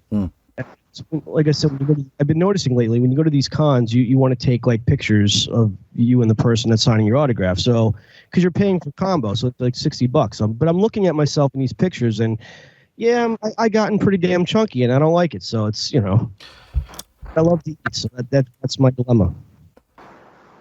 Well, it's with me. I just got to do different food choices if I want to take the weight off again. I mean, I didn't put it all back on, but I was at 220 and I went down to at least 180, and then I could not get down to 165, but I did work towards that. Now I'm back closer to 180, but I don't know. I'll just try again, and maybe I'll cut out bread again for a while, and I gained a lot of weight in 2020 because I was just watching TV and eating a lot of snacks. And then actually I did that Noom, the app, Heard of that? Yeah, it's on all the podcasts there's an ad for Noom, and I'm like, I'll try it, and it worked. I lost like almost 30 pounds. Oh, congratulations. And, yeah, that's pretty cool. I'll have to try something like that. I don't get so lucky. I suck at diets. I mean, I always tell myself, oh yeah, I'm going to exercise, I'm going to eat right and all that crap, and then maybe go out for a walk, and then that's it, and then I go eating crap again, and that seems to be my problem right there. Yep. Well, it was a lot easier when I was unemployed and like didn't have anything else to do, but just eat vegetables and like I don't know. When you're like working or whatever, you just grab whatever's in front of you is what you eat. Oh yeah, absolutely. And then you're like, my pants don't fit. Yeah, it's real. It is. It can surprise you. It really sneaks up on you. It's like I look at some of my videos that I made during my period where I was lighter, and my face is just shaped differently, and it's weird to me. It's like looking at I did used to didn't have this like extra like potato shape going on. It was more like I looked thinner. I just look like I'm choking myself, or somebody's out of frame is choking me. Get on your knees, Tyson, and choke yourself. My hands, none. Now go and choke yourself. Are you done grinning, Private Tyson? Got stuff on your feet. Is that Full Metal Jacket? Yes. It's due for a rewatch. Well, Theo, I want to thank you for coming in and spending time with us on our number 100 episode. Yeah, thanks for inviting me. This is fun. No problem. Hunter, did you want to say anything in closing? No, I'm good. You can proceed. Do the thing. Well, it's about all the time we have for Antisocial Show. I'm Tyson Saner. And I'm Hunter Block. And our guest has been Theo Saner, Tyson's brother. Be decent to each other. Absolutely. Peace. Bye. Have a good time, folks.